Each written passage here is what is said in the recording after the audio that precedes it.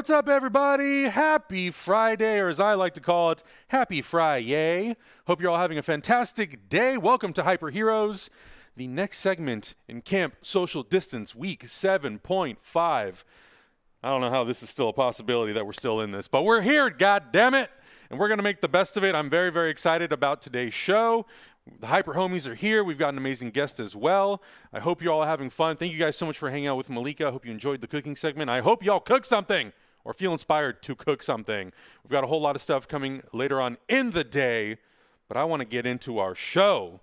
I want to get into our guest and our homies, so let's bring them in. Hyper Homies and our special guest. You know him from Krypton, Seg L. Cameron Cuffe is here. Woo! Hello, everyone. How are we? Good, man. How are you? Thank Fantastic. you so much for being here. Oh, I'm good, man. Thank you so much. Thank you for having me. I know that we talked about this offline, but we've been trying to get Cameron to come on Comics and Coffee for a while. But now that we're 7 weeks into this hell, we haven't had a chance to bring Cameron on because, one, we can't have anybody over, and two, there's no comic books to read. So we thought, you know what? Let's just get you in virtually. And I have to say, first of all, love the setup. Very much appreciate the setup. Well, you've won Chloe Dykstra to thank for that. I'm completely borrowing hers. Thanks, Chloe. She's got good decorating sense. She very much does. That is her domain, not mine. Great. That's great. First of all, I think we should just start with the easy question. Boys, how are you doing? How is the new week treating you? What the fuck is time anymore? Nothing is time. I am floating in the ether, as you can tell. Cool, man. That's what my universe has turned into. You know. I'm good. I've been dealing with some frustration because I'm the type of person who purposefully does not update their computer because I like my computer to work the way that it does. And as soon as you update it, things are like, this doesn't work anymore. Like that happens. So I had to update it for work. And then that stuff's been happening to me specifically with my iTunes, which doesn't exist anymore. That's part of it. So now it's Apple Music. So now I'm like, my OCD brain of how I organize my music is like, I have this stupid thing to stress out about, but I'm going to figure it out. It's going to be fine. It's like when someone who isn't you thinks your office is messy, but it's ordered exactly the way you want it. Yeah, and it looks like a mess, but it's your mess, and you understand it like no one else does. Thank you. Yeah, Tim Cook is like, Hector, you want us to do this with your music, right? I'm like, get your hands off of that. Don't. No, but this is organized, right? Tim Apple, get your hands away from my music, damn it. I don't want Tim another Apple. U2 album. Where did this come from? Get out of here. Get out of here, Bono. Cameron, how have you been doing, though? How have you been doing since this whole stay-at-home order, as we're calling Camp Social Distance, has started? It's been a good, productive 12 years. I've done a lot of work on myself as an individual, reading a lot of philosophy and things that interest me. In all seriousness, I'm actually, it's a really terrible time in the world right now, and a lot of horrible things are happening. A lot of courage and bravery too, but it's a really nice opportunity to actually take some time for you and actually sit back and catch up on the things you wanted to watch, or really stay in touch with people in a way that I haven't been in touch with people before. I lived in London, now I live in LA, and I have friends in Ireland and the UK and stuff like that, and people who I wouldn't have normally called every week, I'm now calling and talking to them every day. And actually that is one of the nicest parts of all this. I'm really in touch with people in a way that I hadn't been before. I'm going to get this nice. Yeah. I'm going to get this out of the way right now too, because I had a chance to meet Cameron. He came in, was a guest on DC Daily. Don't rub it in, Hector. I'm going to rub it in. But here's what I want to get out of the way, because already Cameron's coming out of the gate with just the best possible, nicest, most optimistic answer. And I'm going to say this. I'm going to give Cameron a compliment. I'm so glad that Cameron was able to play somebody in the Superman family, because I love it when actors who play those types of characters are genuinely good dudes and dudettes. And so I'm very happy that Cameron was able to inhabit that role, even if he wasn't playing Kal-El himself or Superman, but just even somebody related those good to that. genes, damn it. That's what I'm talking about. It's that Captain America thing where every time Cameron's going to give us an answer over this next hour, I'm going to be like Rocket Raccoon, and I'm going to turn to you guys and be like, he's pretty good at this, right? You're way too kind to me. Ask Chloe about the kind of person I really am behind closed doors. Whoa. Cameron, don't ruin ruin it, Cameron. Don't ruin it. Yeah. No, I mean Hector sent a great video clip of you doing an interview with Sci-Fi, and I told them, I was like, the minute I knew I would get along with Cameron great when you said that your favorite Superman piece of media is Superman the Animated Series, because I know a lot of people talk about Superman in animated form. Most people tend to talk about the Max Fleischer stuff. A lot of people talk about Justice League and Justice League Unlimited, which are all great. People do talk about Superman the Animated Series, but I do feel like it is a little bit of a smaller, maybe a little bit more niche audience. Like you're really a diehard Superman fan if you're watching Superman the Animated Series. Yeah, I think the thing is, perhaps has been slightly overshadowed by Batman the Animated Series. Yeah. You know, when people think of that era in animation, they tend to the first one they go to is Batman. And you know, for good reason. It's an incredible show that really does hold up. But you know, I think that people forget that Andrea Romano and Bruce Timm were still involved in Superman. The storytelling, it's just a different kind of storytelling that fit in with that aesthetic. But I loved it. And if you look at the kind of consistency that went into that, I adore the comics. For me, my love first and foremost when it comes to this character is always going to be the comics. But even the comics, it sort of goes up and down in terms of quality, in terms of, someone makes a choice you don't necessarily like, and then it returns to the status quo. But if you look at the animated series from beginning to end, it's really consistent. It's really brilliant. It's well made. It's a kind of Superman that I think I'd love to see back in the mainstream. And Tim Daly for me is Superman. He's the voice of Superman that I hear when I read the comics. It's just the same with Clancy Brown as Lex Luthor. Yeah. Just absolutely superb cast. The animation was gorgeous. It really just holds up in such a spectacular way. I'm really hoping that because of the past few years, Warner Brothers and Warner Brothers Home Media and everybody, like, they went and they remastered Batman the Animated Series, so that's an HD. Batman Beyond just got one. And I'm really hoping that I'm like, in the next year or two, like, can we please get Superman the Animated Series that remastered? I would love that. Because the thing is as well, like with Superman, that was the second animated series that they tried, and the color palette for Batman was lots of red and dark gray and black and blue, and then Superman, there's all this incredible greens and blues and yellow and red, and all of a sudden you see this. It's the day time version of the nighttime show, which was Batman, and then this is bringing it into the daylight, which is the kind of superhero that Superman is. I think that in HD would look absolutely spectacular. Totally. I have to ask, what is it for you? Because I feel like it's really weird having conversations about Superman, because I think people, I feel like, either love the character because they've fully, they've done a deep dive on the movies and the comics and all that sort of stuff, so they love the character, or people don't like the character. What would you say was the thing for you personally that, like, really got you hooked? Like, what sold you on Superman? It's hard to say, like, because he's such an iconic character. I had this conversation with Cameron Welsh, our showrunner on Krypton, and it was the kind of thing.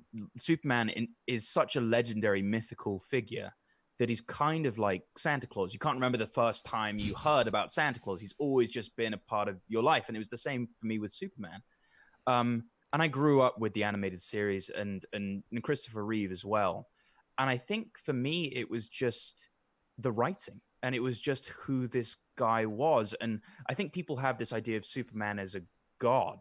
But for me, it's not that Superman always knows the right thing to do, is that he always tries to do the right thing.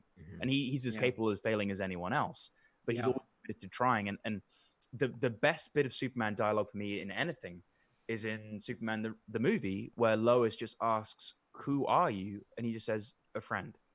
And I think at that age, what I needed, I was quite a lonely kid growing up. I had a great family and friends and stuff like that, but I was always just a little bit in my head and a little bit shy and got bullied a lot. And for me to see someone so powerful and so good to say that I am a friend, that is a really special and important thing for a kid to hear and read and see. I just rewatched Batman Begins like a week or two ago for the first time in many years, and I'm like, I think they just used that same line in that movie. I think Christopher Nolan lifts that great Christopher Reeves, like Richard Donner moment where Rachel Dawes asks Batman, "Who are you?" And I think he says something to the effect of like, "Someone you can trust," like something that's basically, "Who are you?" A friend. Someone it's like that same you, someone who rattles the cages. That's right. That's amazing. I have weird recall abilities. I can do so many movie lines. But yeah, no, I think that's absolutely what, because Christopher Reeve, I think, talk about someone who really understood Superman. Yeah. Like he was asked in an interview what makes Superman so important and so and resonates so much with people. It's like he said, people don't need a one-man army; they need a friend. That's what they really need, and that's why he appeals to people. And I think that's what exists in the mythos of the hero, is that he's someone who is willing to stand up for us, which is ultimately what a friend does. Yeah. Did you guys see that clip of Christopher Reeve talking about, it's been going around recently, about Marlon Brando? Did you guys see that clip? Yeah, I love that clip. It's such a great clip. Adam, did you see it? Have you watched it? I think I've seen it previously when it made its round, but I don't remember exactly what the context of the clip is. It's who's interviewing him? Is it David Letterman? I think it was either Letterman or Johnny Carson or someone like that. Yeah. Go ahead. I think this must have been, around the release of the first Superman film. I think it was Christopher Reeve's first appearance on the show, and he asked either Letterman or Carson asked him, what was it like to work with Brando, and Christopher Reeve in the most gentle sort of way that wasn't insulting to the Brando, most Superman way possible. It's the most Superman way possible. It's like, look, I'm going to be honest. Like, this man is an incredible actor who has had an incredible career, and it's such a shame to see someone like that in that position of power who doesn't want to be an ambassador for the craft. Because of course, like the stories coming out of the set was like he got paid like $2 million or something to do that movie, which is absurd. And he only filmed for like a week or something. Yeah. All the lines were written around the set. There were lines on the baby's nappy. Yeah, right. It was just like, it was all that sort of stuff where he was doing all the shortcuts and he didn't really care about the job anymore. And Christopher Reeve very much was just like, I wish that he understood how important he was, and I wish that people could really see. He was just dismantling a cult of personality. Right, and it really did feel like Superman. If Superman were on a talk show and somebody asked him about, hey, so you got to meet Lex Luthor, what was that like? It would be Superman going, I wasn't impressed, I'll be honest, because here's a guy who's so powerful. And and I love that dynamic too, of like Christopher Reeve kind of being bummed out that Brando wasn't more enthusiastic into it. It's the same as Superman being bummed out that Lex Luthor isn't a good dude. And that's what he's bummed out about, because he goes, Lex, you're so brilliant. Lex, you're so potentiality. You have so much power, and so many people look up to you. And that's another thing Christopher Reeve said about it. Is he said that so many young actors look up to Brando at that time and still do today. That's another thing that he was disappointed about. So it was like it is exactly like you said, Augustine. It's the most Superman way possible for him to like say his truth and still be very respectful. I think it's very fascinating that Marlon Brando pitched playing the role of Jor-El as a green suitcase. Like just like, so, my guy, so it's based on a comic book. They know what you look like. And as soon as Donner told him that, he was like, oh, okay, I guess I'm in. I'm like, who does that? What? No, is that for real? He wanted Jor-El to be a green suitcase. Yeah. Wow. Donner says a green suitcase or a green bagel. He doesn't remember anymore. But my God. It's very, very interesting. Just go green eggs and ham. Go full Dr. Seuss. I feel like that's such an interesting, such a differing contrast between. I'm sure everybody's heard the story like Henry Cavill tells about Russell Crowe. When he met Russell Crowe as a kid at like a private school or something, and Russell Crowe ended up sending him a photo from Gladiator, and on the photo he wrote, "A journey of 1,000 miles begins with a single step." And then 12, 13 years later, he meets him again, and Russell Crowe's like, do I know you from somewhere? And then he finally like retells him the story, and like that bonded them even closer. And it's so weird to see like just how everyone treats the craft and how everyone finds different ways to inspire people. Is really sort of fascinating. It's also, I want to mention this, it's like a miracle that Richard Donner's Superman the movie is as good as it is. Yeah. It is. Because this is a completely different era of movie making and a completely different approach to comic book movies. We cannot forget that. Like the way people talk about comic book projects today is, Cameron, you're going around, you're doing the press stuff, and everywhere you go, everybody understands like the fans and how important this stuff is and adaptation, and it's all par for the course. But back in 1977 or whatever, when they were filming this, like, it could have been, Brando could have been the one who won, and he could have been a green bagel. Like that almost could have happened. Yeah, right. It really could have been. Like, and that's like, I think as well, Richard Donner was sort of the perfect man for the job because he had the mantra on set, which was, we take the job seriously, but we don't take ourselves seriously. And I think that is such a perfect way to do it, is like, understand what we're working on, that we want to make the best movie we possibly can, but also at the same time, remember that this is Superman. And this is meant to be fun. This is meant to be joy. Like, so much of the marketing was around the effects of flying, how they made him fly, which was truly spectacular. And the cool thing is, the guys who were doing the wire work on Krypton, so the guy who owned the company was the son of the guy who did the wires on Superman the movie. No way. That's awesome. Really, Are really you cool. kidding me? It was really, really cool to be in that sort of cinematic legacy. Right. That's amazing. I know that they've talked about the first time Christopher Reeve flies in the Fortress of Solitude in that like first introduction shot of Superman. They said that was like one of the most jaw-dropping moments on set because they at that point still hadn't really figured it out. I mean, nowadays, and I'm sure even for you guys on Krypton, I know, and I've heard from so many people that is such a physically demanding thing to be harnessed up and to be thrown around. But I can't imagine in 1977 doing it with two wires and praying like, I hope Superman looks real when he flies. Yeah, hope this works. Right. Yeah. No, I mean, also the thing is like, it's not comfortable. It is immensely painful. Yeah. And I can't imagine with the harnesses back then that it would have been any better at all. What would you say was like the most physically challenging stunt you had to do over the course of 2 seasons on that show? Probably it was the wire work. It was the last shot for me in season 1 was getting sucked into the Phantom Zone. And I had a rig on me, which was sort of my harness, and then another harness on my leg. And there were 2 wires attached to it. And one of the wires pulled up my leg and the other one sort of dropped me. So I was being sort of hung upside down. Whoa. And I was up there upside down for about 3 hours. And it was an experience, but you know, it was okay. It was fine. But like getting sort of hurled over and over again, pulled 20 feet into the air. Yeah. Sort of swinging around. It was an experience, that's for sure. And when I came down, I had all these sort of like sores and cuts from where the harness had dug into my shoulder. Yeah. You have to wear it underneath your costume. And usually you've only got like an undershirt or something to protect you. Right. But that was definitely challenging. But we definitely had the most incredible stunt team on that. Did you take breaks while you were hanging upside down? Because people die when they hang upside down for too long. Yeah. So I was like legitimately. So I wasn't like completely vertical. I was sort of more on a diagonal slant. Okay. But so I could sort of rig myself up so that if I crossed my legs and sort of pulled up, I could come sort of back sort of horizontal. So I would just be sort of chilling up there for a bit while they were setting up. Wow. It's like Dad over here making sure that you're okay. Yeah. They were always like asking, like, "Are you all right?" But I also, okay, good. If they take me down, it's going to take 20 minutes to get all of this off, and then another 20 minutes to get all of it back on. So I'm fine up here. Okay. A bottle of water. And I'll be fine. I'll literally hang out. I will hang out. You guys do your thing. Wow. That's amazing. Yeah. I would love to know. I was watching one of the interviews that Hector had sent us, and I didn't know this, that you had originally, when you auditioned, you didn't get the part, and then you end up going back for screen tests, and you end up getting it finally. Mm-hmm. What was that process like? And when you went back for that second screen test, what exactly was that process, and how long was it before you actually ended up getting the role? I think my first tape for it was in May, and I finally got the job in September. Wow. So it was a long old process, and I think they were going through a lot of possibilities. They didn't really know it. Did they want someone who was exactly like Superman? Did they want someone who sort of suggested the role?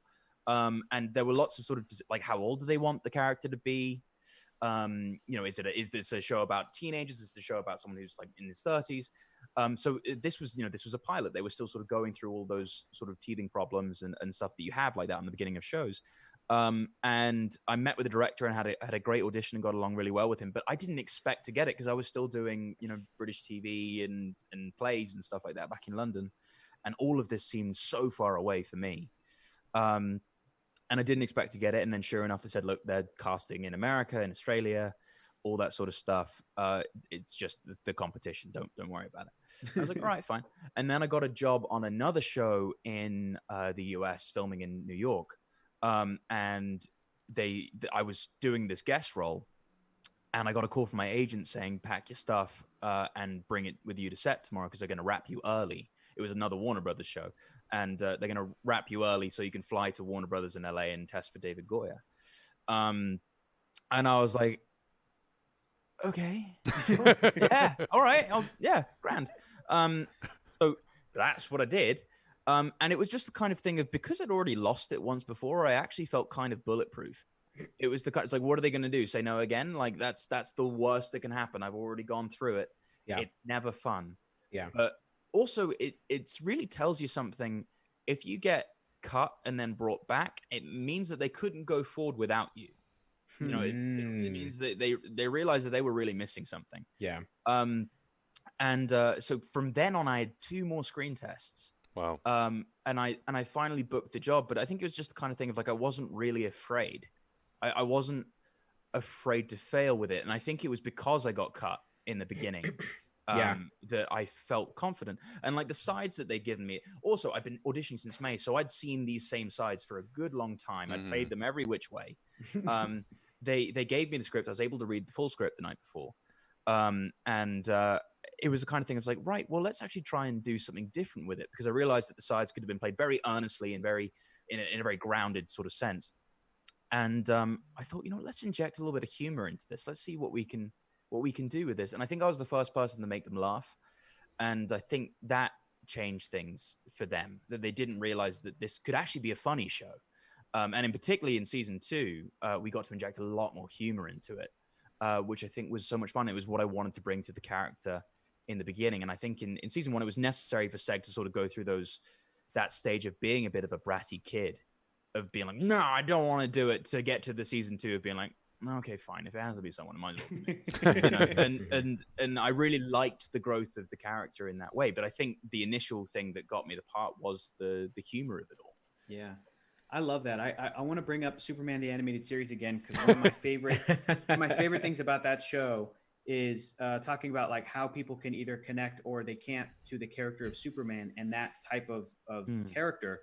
The thing that helped me connect when I was a kid, watching Superman the Animated Series, is in the pilot episode in part 2 or 3, where Superman shows up for the first time after Clark decides to be Superman, and he catches that plane, right? That 747 in Metropolis. I know the bit you're going to say. It's such a good bit. And I feel like people often overlook the fact that Superman or his grandfather can be funny.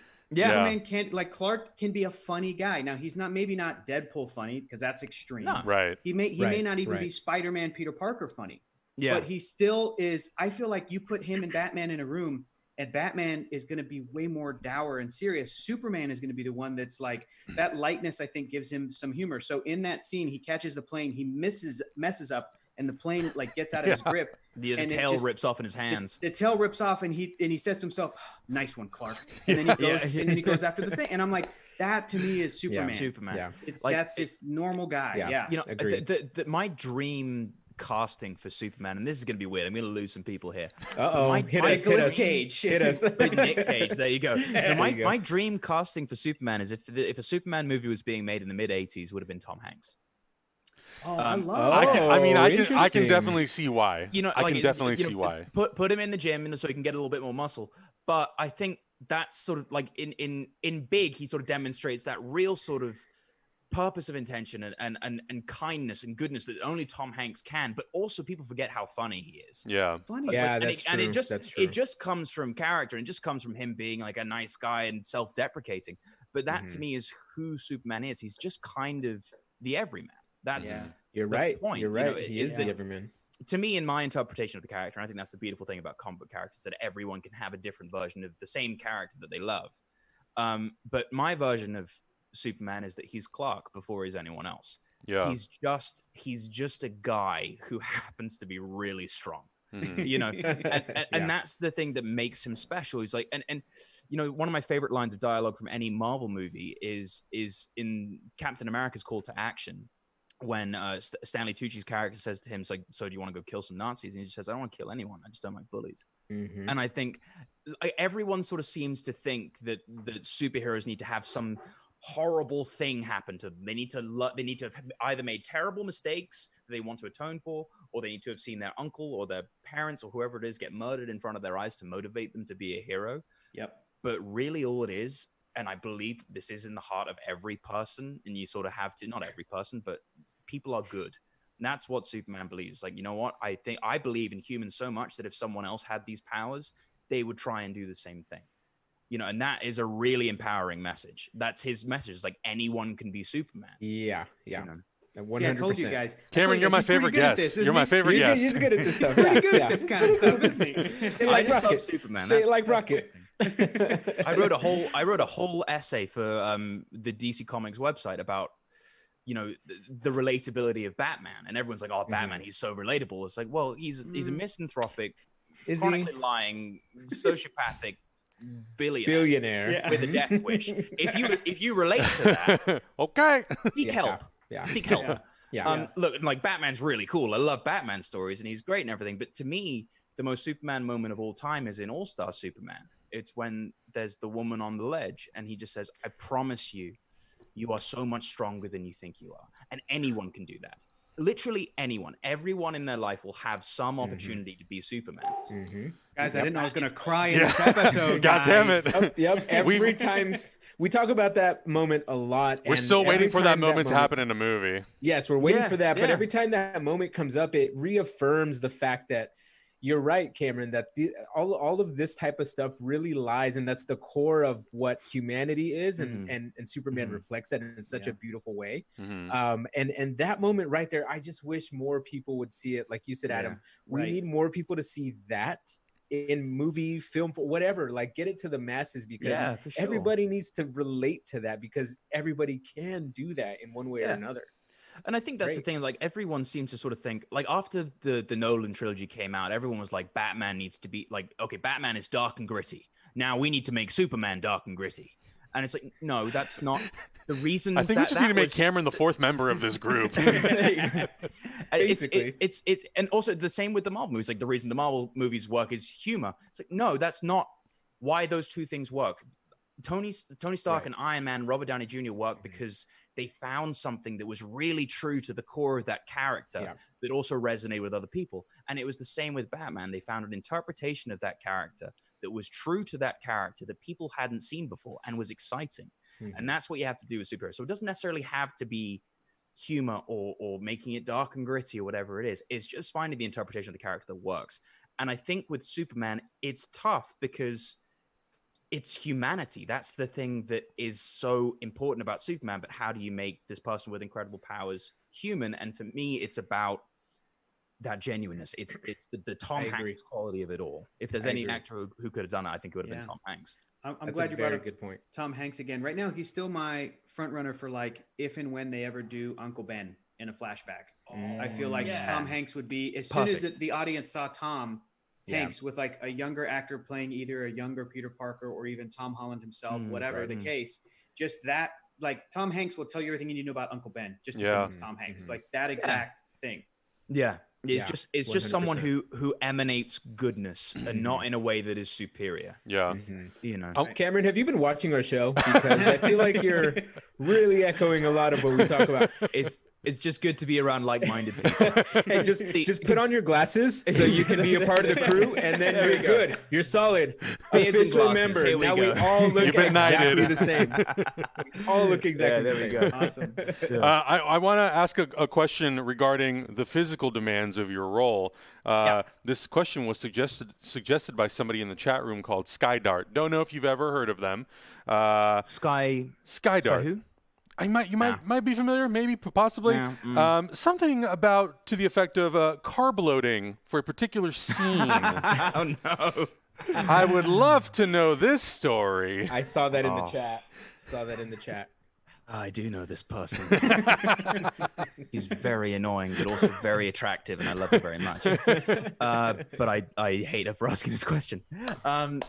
I don't know if you guys know this story, or if anyone outside of oh, well, no, actually. Okay, so I told this story at Comic-Con at a panel I was on, and it was the EW, one of the EW panels, and Entertainment Weekly mentioned this story, not only in their article of that panel, but also the article that showed Krypton being cancelled. And essentially, that story is me, how I almost pooped myself during a sex scene. So The story goes so if you're doing a superhero show, you know, there's an expectation that you look a certain way and you're able to perform certain tasks and all that sort of stuff, and you know, there's a believability factor to it all. And naturally, I'm quite a skinny guy. I have a hard time putting on a lot of muscle, so I did a lot of training and you know, nutrition work and all that sort of stuff to get into shape for it. I put on about 20 pounds. And in sort of the last phase, the last thing you do is to try and cut weight and to sort of show off the muscles is sort of carb deplete.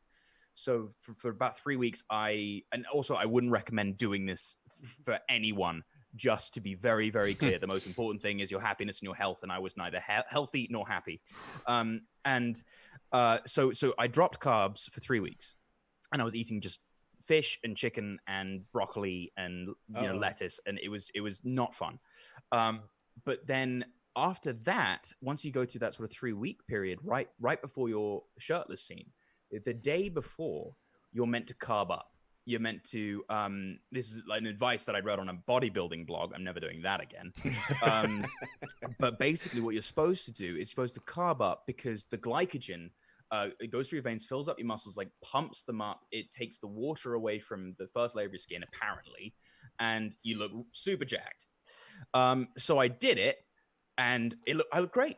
I was really, really happy the next day. I had my abs and everything, and I was ready for the love scene. It was my only shirtless scene in season 2 of Krypton. I was like, yeah, I've put the most into this. And I was there in the tent, ready to go. And all of a sudden, see, the thing is that this bodybuilding blog doesn't tell you is that when you flood your system with carbs, when your stomach isn't used to it, you're going to look great, but you're going to have to poop. Like really, really badly. And really, really suddenly. Yeah. So 1 minute I'm fine, and the next my stomach is self-destructing. Oh, God. No. So I was like, oh my God, this is It's funny to laugh at, but that sounds like the worst possible thing. And at the worst time. Like the worst possible time, because like love scenes are awkward enough. Yeah. And you want to be respectful of everyone on the set, and like there's this real sort of air of like, you know, compassion, like is everyone happy? And I was just sweating bullets and like shaking. And there was no time for me to go to the bathroom because we were called to set, and I was literally walking to set, and my stomach was just, it was terrible. So I tried to fart to release some of the pressure. No. And it was one of those where you get more than you bargained for. No. So I was clenching, and I waddled onto set. No. And the cameras were all pointing at me. God. And it was my coverage, and there was no escape from any of it. And I was able to get through it, and I was dashing to the bathroom, and the director got in between me and the door, and he just said, "Hey man, I want to let you know that was real beautiful work, dude." You know, and I was like, Yeah, right there. I gotta go. But then I waddled off to the bathroom and destroyed the bathroom. You know what's crazy about that story though is like, I sometimes like for you get so into the movie or the show that you're watching, you forget that like it's real people, and they have to shark sometimes. They have issues like that sometimes. You know? Like that must be so stressful. In the words of great literature, everybody poops. Everybody. That's very true. Very true. Legendary literature. Yeah. I can't. But EW said like we're very sad to announce that Krypton's been cancelled. It was a great show, and we feel for everyone involved. It was really, really, really good fun. Was growing into one of the best science fiction shows on television. By the way, Cameron Cuffe told this story at Comic-Con where he shat himself on set. You should check it out. And I was just like, I guess I'll retweet it. Man. I don't know. I'm Superman's grandfather, also the guy who pooped himself on set. So that's how Entertainment Weekly knows me. Anyway. Oh my It's God. one of those things where it's like I'm sure the folks at Entertainment Weekly are hardworking, very good writers, and I'm sure they did that because all of these articles, and we all know this, you know, we're a part of this world. You post an article, and if there's anything related to that subject matter, you go, be sure to click here, here, and here to see other things that are related, you know, for the algorithms. Yeah. Clicks. But maybe in the one that is announcing that the show's over, maybe don't put that link. Maybe just, you don't. know, Maybe don't PS that. Like, you know, Come yeah, guys, please. But still, the publisher, the editor-in-chief of Entertainment Weekly was at the party at Comic-Con and came up to me and was like, that was hilarious. And I was like, my life. Thanks. Thank you so much.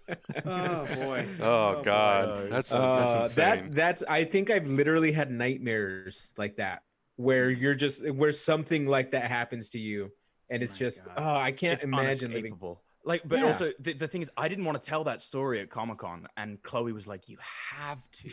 It's too good not to." And that story would have gone with me to my grave, and I'm glad it didn't, because Thanks, Chloe. it is still, for better or for worse, a moment in my life.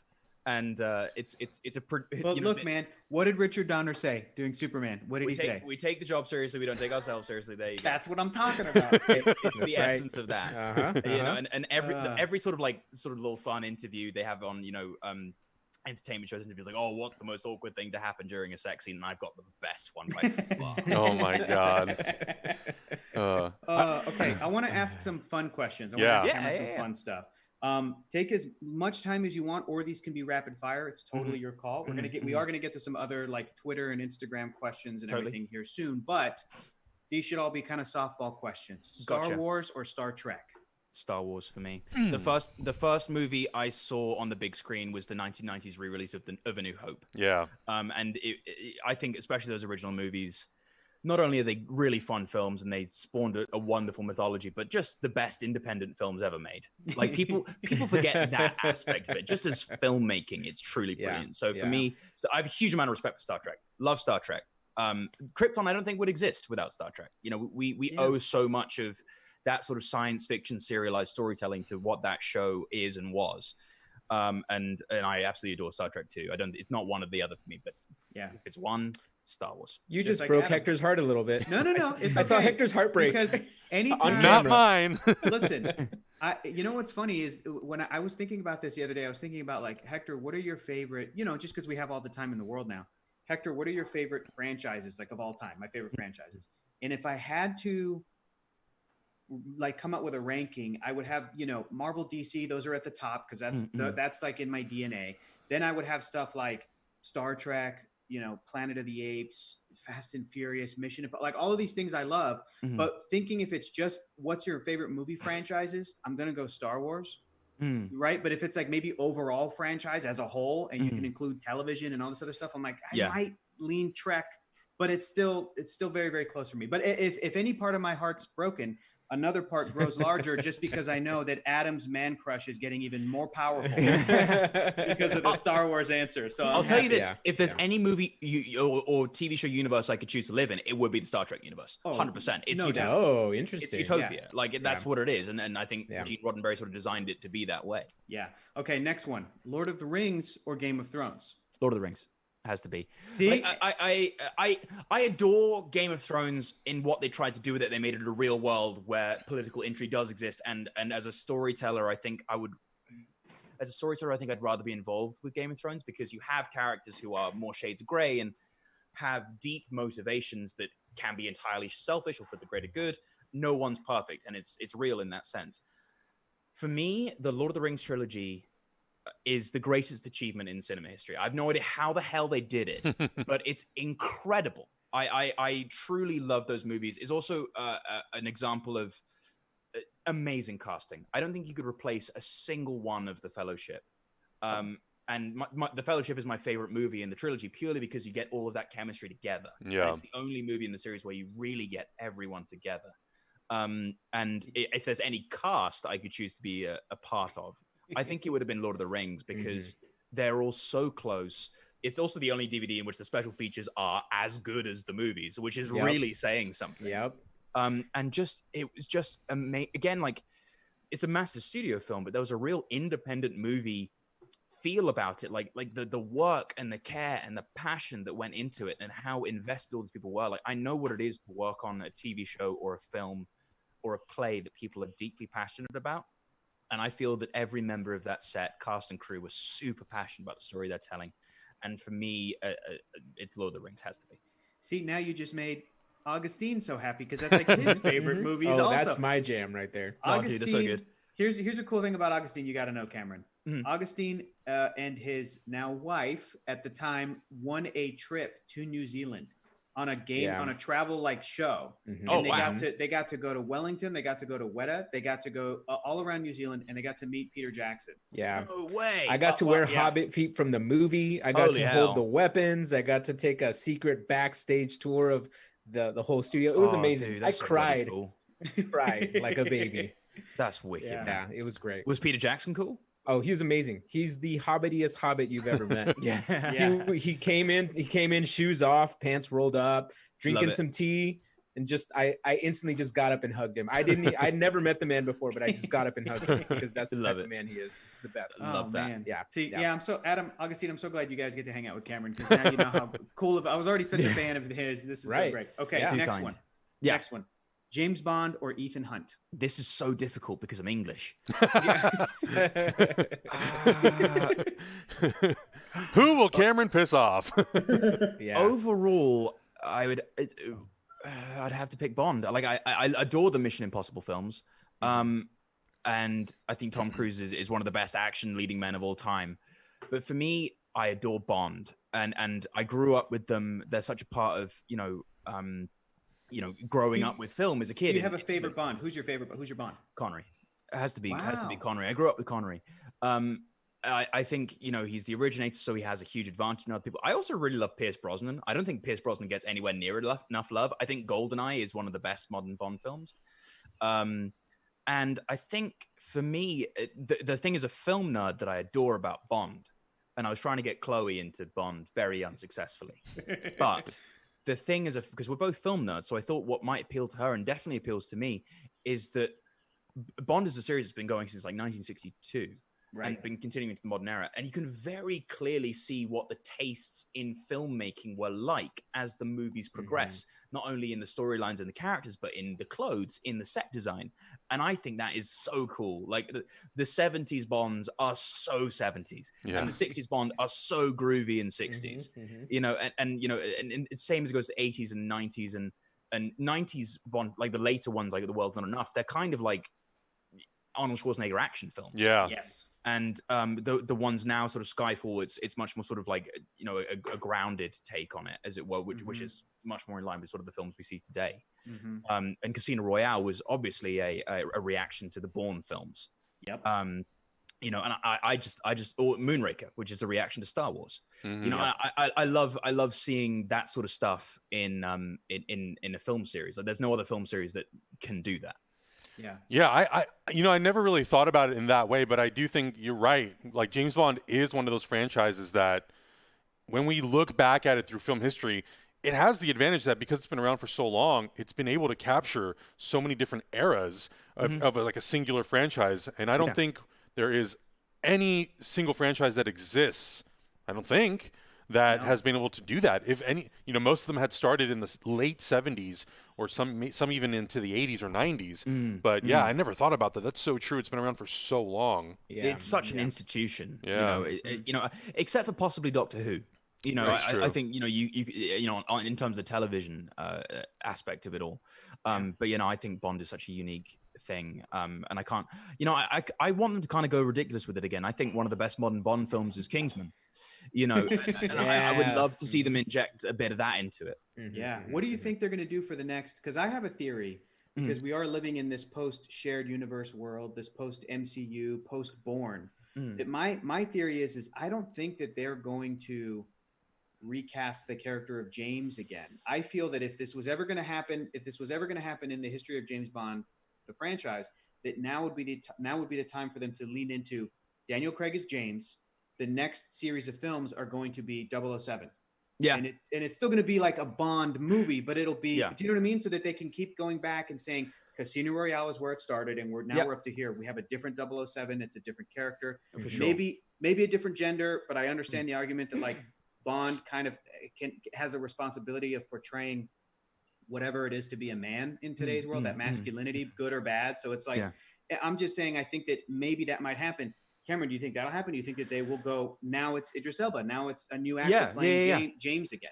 I don't know. Like, it'll be interesting. They kind of have license to go anywhere. And I think you're seeing, especially when you have, big franchises like Marvel or Harry Potter or whatever it is, you have license to jump sort of wherever you want. So yeah, absolutely. Why couldn't you and I think they're going to do this with the new one. I think why not introduce a new character who can take on the mantle of 007? You can continue a series there, or do whatever you want.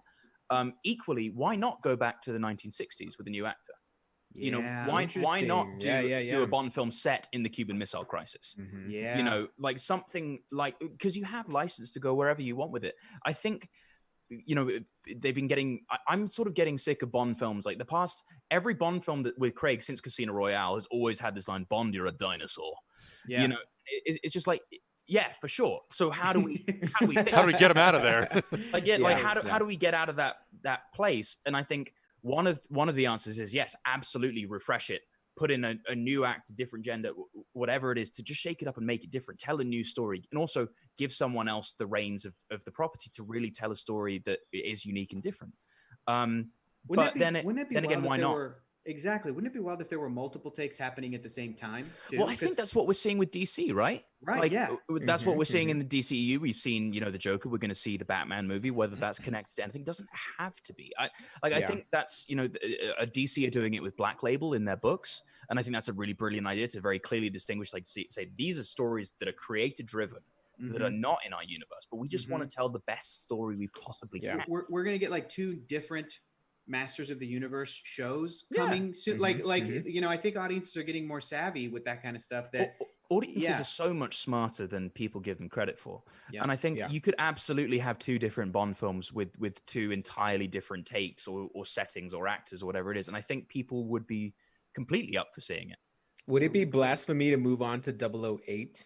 That is a step too far. Right? I'm just asking to bring it back to Sean Bean and Lord of the Rings. Like one cannot just forget that Sean Bean played 008 and he was the bad guy, right? In GoldenEye, that he was 008, right? I think it was 006. He was 006. Yeah. So always maybe 008 will be I feel like everybody other than James Bond is always evil. And it's only ever James. Yeah, only lucky number 7 that lives through. Is the hero. Where's the rest of them? Yeah, okay, that's the question. Here's some fun, fast ones. Favorite Green Lantern, favorite Flash? John Stewart and Wally West. It's a cartoon show. There we go. Do you have a favorite Ninja Turtle? I was never a huge Ninja Turtle guy, but I think Leonardo, and the answer is very simple because I like blue. Oh, okay. Good one. And that's a strong driven take on it, but all right. Wait, have you seen the original film from 1990? Yes, I grew up with that. Yeah, for sure. Good. And another fun thing is that in the UK they were Teenage Mutant Hero Turtles because the original 80s cartoon was billed as Hero Turtles because Ninja was seen as being maybe a little bit too aggressive or violent for like kids to see in the UK. So maybe that's what turned Cameron off. I don't know. Maybe that's what it was. Like, there's a lot of this Teenage Mutant Ninja Turtle stuff happening. Where are the Hero Turtles? Yeah, they have a franchise. Let's bring them back. Let's do an American franchise at the same time as a bunch of British mutant turtles. There you go. Well, the joke I always have is the Fast and Furious in England is called The Quick and the Angry. I would love to see that movie. Awesome. Do you have a favorite non-Marvel or non-DC comic or superhero or whatever? Yeah, for me, it's V for Vendetta. I adore that book. I think it is sadly becoming, if anything, more relevant. It's gorgeously written. It's beautifully drawn. Yeah. I'd recommend reading that once a year because it's one of those things. I love watching films and reading stuff that you notice something new every time you read it. And, I think I read it for the first time at like 15 and I was way too young to get it then. But I got a version of it and then coming back to it when I'm older, especially, having become more politically aware, all of this stuff starts to appeal to you. And I think in a different way because you're in a different place as a person. And I really adore V for Vendetta. I think it's a fantastic book. That's awesome. What are your feelings on the movie as a fan of the comic book? I watched it again for the first time in many years just last year, and I think it's really, really well done, and I think the performances are amazing. So, what are your thoughts on the movie? I think Wachowskis are fantastic filmmakers. Yeah. And I think they got a really good read on the essence of it, on who V was. I think there are obviously elements that changed, and I think you can do there's just more you can do in a graphic novel in terms of like the detail of the world that you obviously can't, necessarily when you only have 2 hours. But I really enjoyed the film. I think it's different from it's like Watchmen. It's like you sort of, when you love something that much, you kind of have to park it at the gate and just say, look, I love this, and now I'm going to go into this and see, how much of it is there. Is it there at all? I think Hugo Weaving is perfect for V. I think his voice is absolutely on point. And that performance is fantastic. So yeah, no, I really enjoyed the film. I really enjoyed it. Okay. All right. Should we move on to some more viewer questions? Fan Sure. stuff? Yes, sir. From Patrick J. Perry, who asked, Cam, you've expressed great interest in portraying Dick Grayson / Nightwing.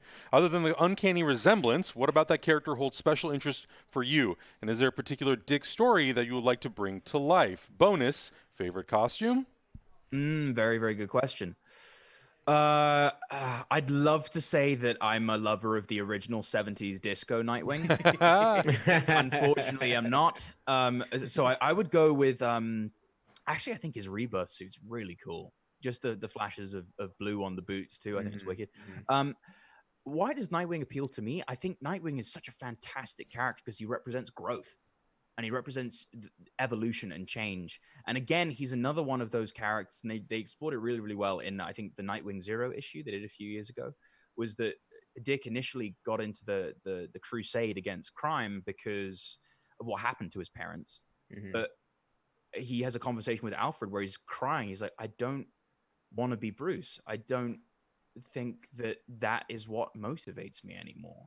Like, am I wrong? Like, does it mean that I didn't love my parents? Like, and Alfred just says, no, this is what I was hoping for.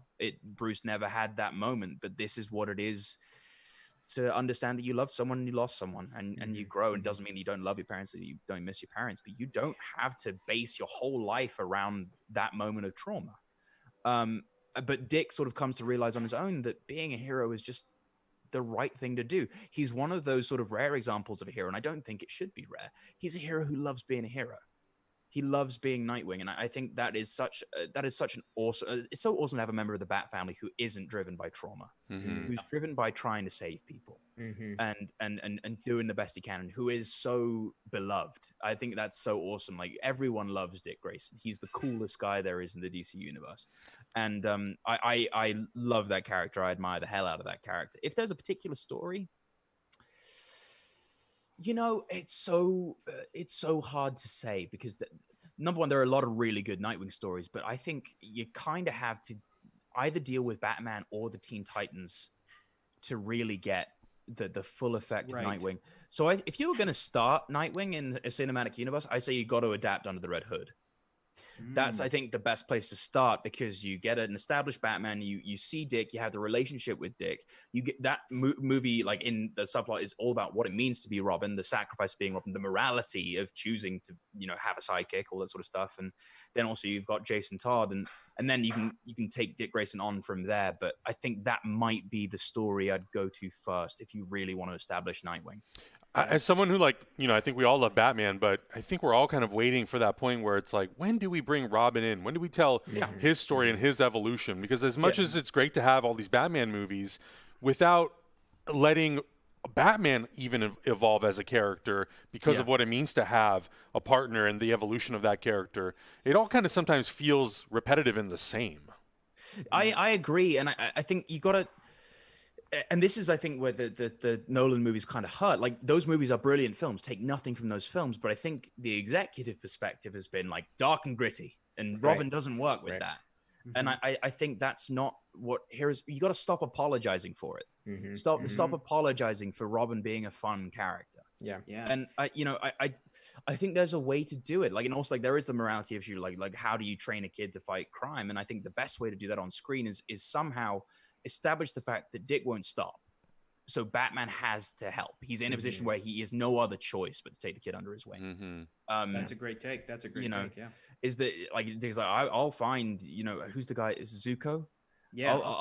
I'll find him myself. You don't have to help me. And like, you can put me in like a children's hospital and I'll just act like I'm completely well adjusted and everyone's going to believe me because I'm super charming.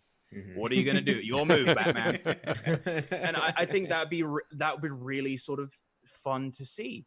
You know, and I think, you know, Batman has subtle moments of being funny as well. Just the fact that he is so grim all the time means he's the perfect sort of foil for Robin. Yep. So I think, again, real tough to make that work. Very hard sell for a lot of members of the audience, but I think you can. Yeah. So is a talking what I'm raccoon, hearing, but they did what it I'm with Guardians. That's true. What I'm hearing from this Nightwing is he's got like the elements of Superman that you'd like to see in Batman. Yeah, it's about the humanity. It's about it's about the motivation. Right. Yeah. I don't like books, exactly. You know. Yeah. Another question that we got that I thought was great came from Stephen Kane, who asked, "What was it like working on such a different aspect of the Superman story and world?" Awesome. Just, I mean, it was ultimate creative freedom in so many ways, because we get to pull from all of this stuff that we love about the mythology of Krypton, the mythology of Superman, whilst also telling our own story. And I think that was the bit that we were all most excited about. Like, it was really fun. We knew we were playing this incredible legacy of Superman, whilst also telling a story that had never been told before, which in comics is pretty rare. Everyone's doing a take on something else, but no one really knows too much about what Krypton is. And in television and in film, we've been there for about 10 minutes in each film before boom. What were these people about? And when you're creating it, what kind of society do you want to have? And from there, we got to pull from our favorite science fiction stuff like Star Trek and Star Wars and Blade Runner. Like also even in season 2, the way that Zod's redesigned Krypton, like all the arches in Kandor were from the Richard Donner Superman. They had the same crystalline structure. So we could pull from pretty much everything, you know, and obviously we took Gary Frank's Brainiac, you know, but we got to make what we believed was the best version of this world. And it was wicked. It was just it was an amazing job. I think that's what the one thing about that show that really surprised me was we talked about a little bit about like my own pessimism towards the show and the idea, but then you sort of see how much like love from Superman lore is just injected into that show. And even if it is including characters like Brainiac, because for years we've talked about why don't we put Brainiac in a movie? It's too hard. And then this show comes out swinging and you're just like, holy shit, there he is in full glory, Brainiac. And it looked amazing. We haven't mentioned it yet on this sort of live episode, but we mentioned this before we went live, but we three were the guys that were like, we don't know what's the point of this Krypton show. How is it going to win people over? As soon as a couple things happened, right? The stuff that Adam's describing, as soon as the announcement was made of Adam Strange is going to be in this, and he's going to be from the present and going back into the past to try to fit. And we all went, oh, okay, that's the hook. And then the other thing that Adam is saying is, I want to mention too, episode 1, season 1, when you hear the John Williams theme, you go, okay, I'm in. These are the people making this show. I get it. And I think that's what we all understood is like, you know, if there's one way I could have pitched to the show is the Adam Strange element of it, and also the Zod element of it is like, this is a show in which Zod wins. Zod's won. Zod saved Krypton. And I think that's such an original, different take on it. And I think we completely understood the skepticism of why would people watch a show about Superman's granddad, but the solution to that for us was take big risks, show that you love this thing and that you care about this thing, and that this is just another chapter in the story that you love. And that was, we were all like, and you know, not everyone in the writers' room was a huge Superman fan necessarily, but we all loved science fiction. We wanted to tell first and foremost a brilliant science fiction story, and then as far as loving and caring for Superman, there was no one who's going to do that more than Cam Welsh and Jeff Johns, who, you know, were both involved in the show, and David Goyer. And then I loved Superman too. Like, and it was, we all adored this thing, and we were all very proud to be a part of it and excited to tell a new chapter. Awesome. Yeah. Do we have some time for another question? Yeah, we can take one more question. Adam, can you, why don't you ask Kirk's question, Kirk Coste. Cool. Think he had a fun question. I will. So this comes from one of our hyper homies, Kurt Cost, who asks, how long did it take for Cameron to train for Krypton, and what workouts? Because I want to stay fit too. No, man, no. Like, you don't have to. Just don't. Like, just live your best life. Just be happy. Look. Being healthy is great. You know, do some cardio and a little bit of lightweight weightlifting, but it's not the way, my friend. I was obsessed with what I was eating, and that's the thing, is like 80% of it is nutrition. And I think I was training year round. I couldn't travel. I had to have like my meals at all of these different times. And And at the peak of training, and this lasted for about 4 months before filming started, I would go for an hour-long lifting session. So just big, heavy weights, big compound lifts, deadlifts, squats, bench press, pull-ups, all that sort of stuff, like weighted pull-ups. And I do a lot of this in like a 20-kilogram weight vest, which is about 45 pounds, something like that. Mm-hmm. And then I would run 4 miles to an MMA gym, and I would do 2 hours of MMA training. So bag work, pad work, sparring, rolling with our stunt trainer, do choreography as well. And then I would run 4 miles home. Wow. And it was crazy. It was, look, and the part of me was really enjoying it. It was very, very fun as well. But also it was the hardest thing. And I moved to LA in March, and I didn't realize like how much dysfunction comes from that too. It's just like I became obsessed by food and working out, and sort of, Chloe played a really huge part in being like, you're not playing Seg at the minute. You can sort of maybe go eat to the this gym pizza, damn it, instead of 6. I was like, I can enjoy my life as well. Yeah. And that's the thing, is like it for me resulted in a lot of obsession, and the most important things are just being happy and healthy. So you don't need to do all that sort of stuff. What I'd recommend, especially while we're in isolation, is I bought a jump rope. So skipping is great, and lots of push-ups and pull-ups. Your body weight exercises are the best kind of exercise.